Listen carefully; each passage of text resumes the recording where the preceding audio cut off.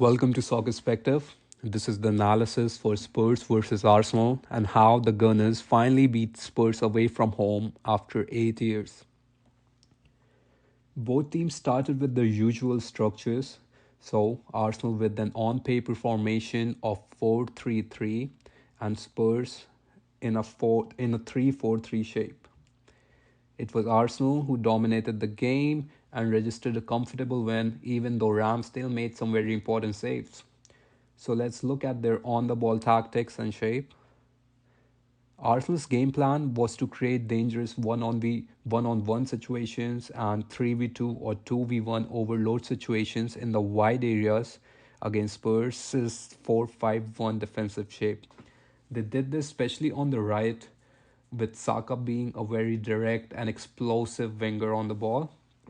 They created these situations with Ben White overlapping and Odegaard coming in the right half space.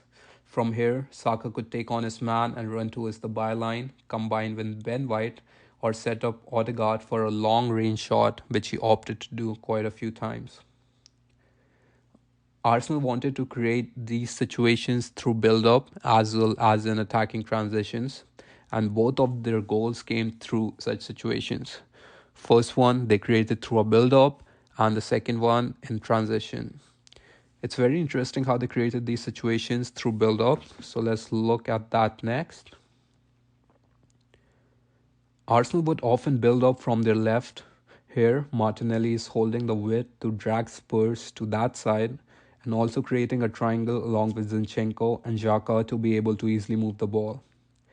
From here, they could find Partey in space, who has a great passing range and can ping balls out wide to Saka or Ben White.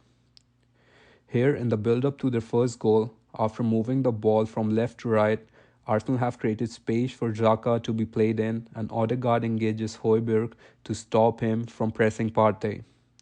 Partey is key to Arsenal's on the ball system, and normally we see teams man marking him or having a high press to stop him from having time and space. But Conte opted against it with his 4-5-1 shape and not really pressing. Probably because Arsenal also have the ability to play through press with one or two touch passes. Here in transition situation, we can see Nketiah drifts wide to help Arsenal progress the ball before they go on to make a switch from left to right.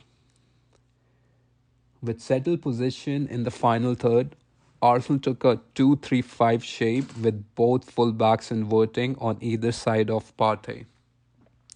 This enabled them to find space in the middle and play passes between the line with Odegaard and Xhaka occupying the half spaces.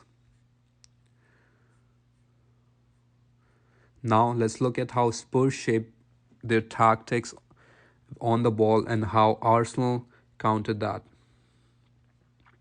From goal kick, Spurs backline took this shape to progress the ball, with Dyer almost taking a number 6 position to cancel out Nketiah.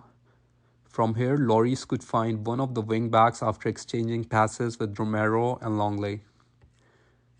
Arsenal were able to press this build-up early on in the game, using the pass from the centre back to the keeper as a trigger and asking questions of Lloris on the ball. This press resulted in a high-quality chance for Nketiah early on in the game, and Spurs mostly opted for long balls from goal kicks after this. Once in the middle third, Spurs took a 3-5 shape with the wing backs providing width and the wingers coming inside. From here, they tried to exploit Arsenal's high line by playing balls in behind to the wing backs or the wingers, mostly through Dyer, who has a good passing range. To counter this, Arsenal's normal 4-4-2 defensive shape converted to a 5-3-2, with mostly Saka dropping to the back line as Sessegnon was more advanced of the two fullbacks. At times, Arsenal also had a back line of 6, with both Xhaka and Martinelli pushed back because of the advanced positioning of Spurs' wingbacks. Another way for Spurs to build up was with Harry Kane dropping in pockets to make quick link-up plays with the wingbacks and wingers. Spurs also used this strategy in attacking transitions. Here, Kane drops to play Sessegnon in for a chance after the wing back nicked the ball and created an attacking transition. Failing to score with only 20 minutes left to play, Conte substituted Matt Doherty for Richarlison and switched to a very attacking 4-2-4 shape.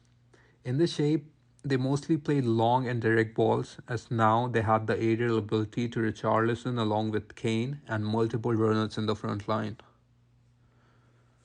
Arteta countered this by firstly switching Martinelli for Tierney and then bringing on Tomiyasu for Zinchenko, as Tomiyasu has more of a physical presence. Overall, it was a great performance by Mikel Arteta, who sacrificed his team's off the ball shape to stop Spurs from creating overloads in the wide areas through their wing backs, which is their biggest strength. If you like the video, subscribe to Soccerspective and drop a like.